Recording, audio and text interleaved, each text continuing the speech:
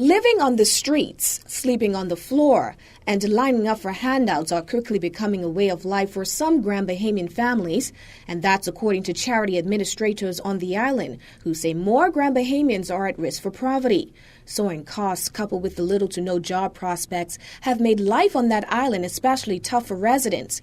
And while the island was in an economic slump long before the start of the recession, the Bahamas Red Cross Society's administrator Mary Culmer says more Grand Bahamians are now becoming increasingly vulnerable to poverty. What we have observed here at the center is that there is a greater demand for furniture, for beds.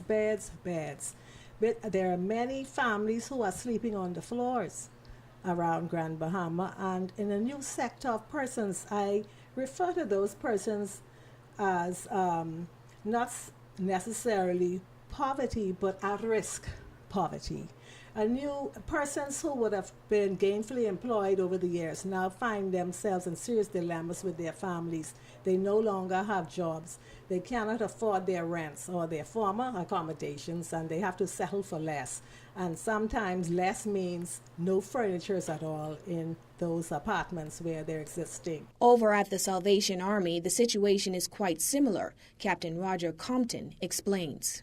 We're getting an influx from the social service department sends us people that they might not be able to help for whatever reason, and so we try to take care of those that even the social services sends us with groceries or clothing, and try to get what their story may be and interview them a little bit, and then let them also know that they have a place they could come and worship with the Salvation Army. Now, when our news team arrived in Freeport this weekend, we didn't have to go very far to hear the cries of the unemployed, the homeless, or the mothers who struggle to feed their children each and every day. Our mission was to tell their stories and to find out just how they're managing to keep their heads above water.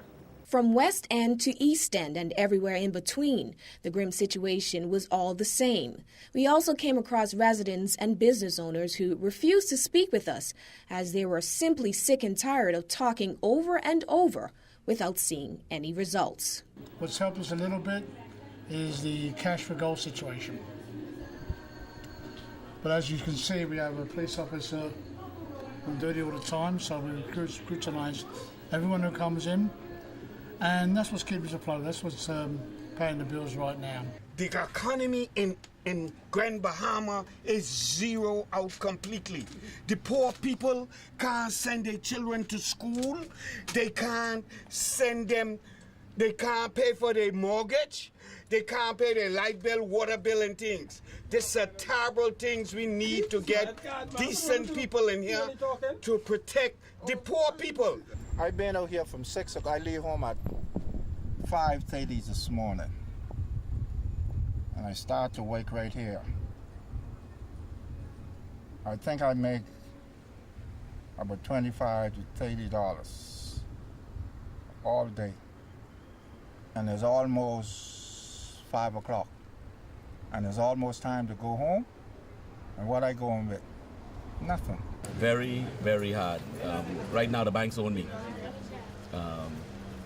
In 2004, I was very solvent, but at this particular moment, I work every day for the bank. And if I wasn't working for them, I'll be home absolutely doing anything. No help from no kind of government. When I go to Freeport and I sell count, you have some people that come, they have nothing to cut. They only have $5. What $5 could get them? 2 count? I give them 4. There's no job here in Grand Bahama. This is the worst we have ever been. And I've been in Grand Bahama for 40 years. And this is the worst I have seen. But God is still in control. In every situation, God is able to bring us out of this mud that we are in. And then there were those who are determined to make it, no matter what. Because it don't make no sense to be complaining because others have it worse than us. I have to deal with this all I have. This only I have to pay my bills, so it have to work. I have to make it work.